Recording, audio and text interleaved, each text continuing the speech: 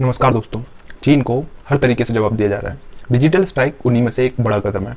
भारत सरकार ने चीन के 59 ऐप पर पूरी तरीके से बैन कर दिया है और यह कदम भारत में डिजिटल क्रांति के लिए एक बड़ा कदम साबित हो सकता है। जिस एक्ट के तहत ये सब कुछ हुआ है उसे भी समझ लेते हैं। तो इन्फॉर्मेशन टेक्नोलॉजी के एक्ट के सेक्शन 69A के तहत कोई भी ऑनलाइन कंटेंट या ऑनलाइन प्लेटफॉर्म जिससे देश की संप्रभुता और अखंडता को खतरा है, भारत सरकार उस पर पूरी तरीके से बैन कर सकती है और 7 साल के सजा का भी प्रावधान दिया गया है। जब बात उठती है देश की संप्रभुता और अखंडता की, तो यहाँ यह जानना जरूरी हो जाता है किस तरीके से टिकटॉक जैसे टुच्चे ऐप के कारण देश की प्राइवेसी को खतरा है।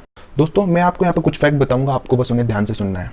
यदि दोस्तों आपको ना पता हो तो मैं आपको बता दूं कि गूगल चाइना में पूरी तरीके से बैन है, क्योंकि चाइना खुद अपनी इंटरनल प्राइवेसी का इतना ख्याल रखता है और यह बहुत बड़ी बात है।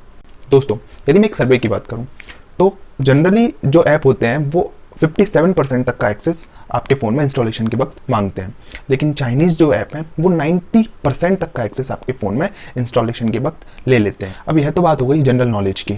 दोस्तों, अब मैं आपको 2 ऐसे ऐप्स के बारे में बताने जा रहा हूँ जो प्राइवेसी ब्रीच का एक अच्छा एग्जाम्पल हो सकते हैं। सबसे पहले हम बात करते हैं शेयरिट की। दोस्तों, शेयरिट का काम क्या होता है? शेयरिट का काम होता है फाइल को शेयर करना और रिसीव करना। यदि शेयरिट आपके फ़ोन में इंस्टॉलेशन के वक्त स्टोरेज की परमिशन मांगता है तो यह बात काफ़ी हद तक समझ आती है, लेकिन क्या आपको पता है कि शेयरिट इंस्टॉलेशन के वक्त माइक्रोफोन का भी एक्सेस ले लेता है। अब ये माइक्रोफोन का एक्सेस लेकर क्या करता है? तो अभी कभी आपने यह ध्यान दिया हो या ना दिया हो तो मैं आपको बता देता हूँ कि कई बार होता क्या है कि आप किसी चीज़ को खरीदने के बारे में सोच रहे होते हैं, या उस चीज़ के बारे में आप किसी अपने फ्रेंड से फ़ोन पर डिस्कशन कर रहे होते हैं और सडनली आप देखते हैं कि 2 या 3 दिन बाद वही सेम चीज़ आपके फेसबुक रिकमेंडेशन में आ जाती है या कहीं दूसरी जगह आपको वह सजेशन आ जाता है। तो इस तरीके की जो प्राइवेसी ब्रीच जो होती है वो माइक्रोफोन के थ्रू आसानी से हो सकती है।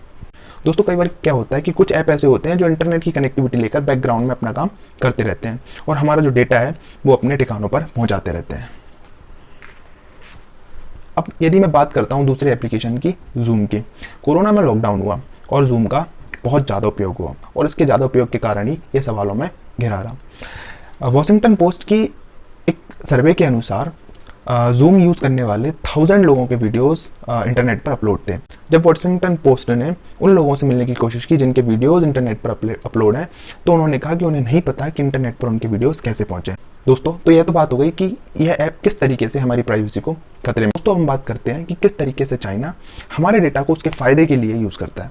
तो चाइना में एक पॉलिसी है जिसके तहत वहाँ की कंपनी को वहाँ की सरकार के साथ पूरा डेटा शेयर करना होता है और इसी डेटा का उपयोग करती है वहाँ की सरकार उन बातों को पता लगाने के लिए जो बातें हमारे लिए खतरनाक साबित हो सकती हैं।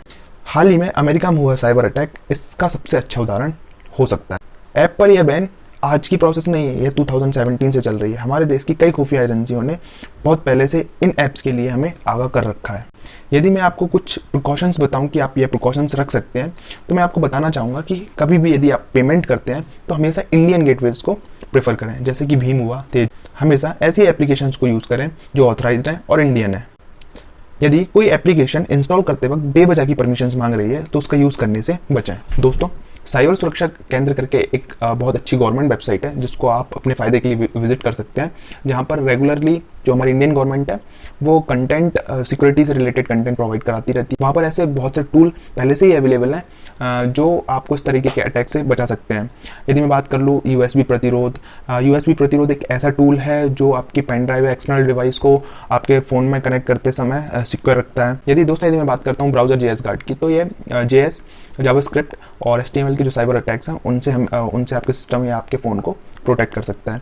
तो आप इस वेबसाइट को विजिट कर सकते हैं। टाइम टू टाइम ये अच्छी गाइडलाइंस जो है ये प्रोवाइड कराते रहते हैं। दोस्तों, यदि आपको हमारा कंटेंट पसंद आया तो इस चैनल को सब्सक्राइब करें, इस वीडियो को ज़्यादा से ज़्यादा